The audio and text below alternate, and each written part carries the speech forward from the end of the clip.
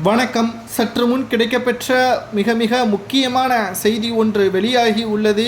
எடப்பாடி பழனிசாமி அவர்களது உறவினர் வீட்டில் அல்ல கருப்பு பணங்களை கைப்பற்றிய வருமான வரித்துறையினர். இதற்காகத்தான் எடப்பாடி உடல்நிலை குறைவின் காரணமாக மருத்துவமனையில் அனுமதிக்கப்பட்டுள்ளாரா, இது திட்டமிட்ட செயலா என்ற பல்வேறு கேள்விகளும் அரசியல் வட்டாரத்தில் பேசப்படுகின்றன.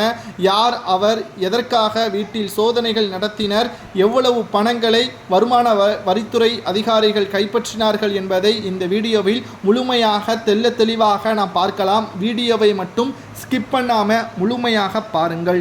ஈரோடு மாவட்டம் செட்டிப்பாளையம் பகுதியைச் சேர்ந்த ராமலிங்கம் என்ஆர் கன்ஸ்ட்ரக்ஷன் உள்ளிட்ட நிறுவனங்களை நடத்தி வருகிறார். அதிமுக பொதுச் செயலாளர் எடப்பாடி பழனிசாமியின் நெருங்கிய உறவினர் என்ற தகவலும் தற்பொழுது தெரிய வருகிறது.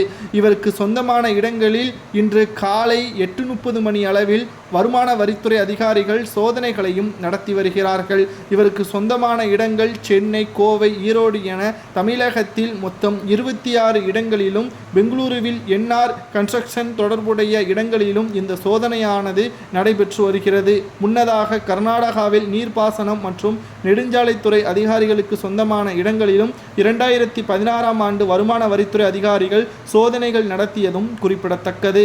இந்த நிலையில்தான் இது தொடர்பான பல்வேறு கட்டுமான பணிகளில் ராமலிங்கத்திற்கு சொந்தமான நிறுவனம் ஈடுபட்டு வந்துள்ளது தெரிய வந்துள்ளதன் காரணமாக ராமலிங்கத்திற்கும் சொந்தமான இடங்களில் சோதனைகள் நடத்தப்பட்டு வருவதாகவும் தற்பொழுது வருமான வரித்துறை அதிகாரிகள் தெரியப்படுத்தியுள்ளனர். கர்நாடகா, தமிழ்நாடு ஆகிய இடங்களில் சோதனைகளின் பொழுது கணக்கில் காட்டப்படாத சுமார் 152 கோடி ரூபாய் சொத்துக்கள் கண்டுபிடிக்கப்பட்டதாகவும் அதன் அடிப்படையில் தான் தற்பொழுது ராமலிங்கம் சொந்தமான இடங்களில் சோதனைகள் நடைபெற்று வருவதாகவும் தெரிய வருகிறது. இவர் எடப்பாடி பழனிசாமியின் பினாமியாக இருக்கலாமா என்ற ஒரு சந்தேகமும் சமூக வலைதளங்களில் பேசப்பட்டு வருகின்றன. பல்வேறு இடங்களில் சோதனைகள் நடத்தப்படுவது முன்கூட்டியே தெரிந்ததன் காரணமாகத்தான் எடப்பாடி பழனிசாமி அவர்கள் உடல்நிலை குறைவின் காரணமாக மருத்துவமனையில் அனுமதிக்கப்பட்டுள்ளாரா என்ற ஒரு கேள்வியும் இங்கு பேசப்படுகின்றன. அதிமுகவின் பொழுது முதல்வராக இவர் பொறுப்பேற்ற பிறகு பல ஊழல் வழக்கில் சிக்கியதாகவும் அதை மூடி மறைப்பதற்கு பல லட்சங்கள் செயல்படுத்தப்பட்ட நிர்வாகிகளுக்கு கோடிக்கணக்கில் வாரி இழைத்ததாகவும் தெரிய வருகிறது.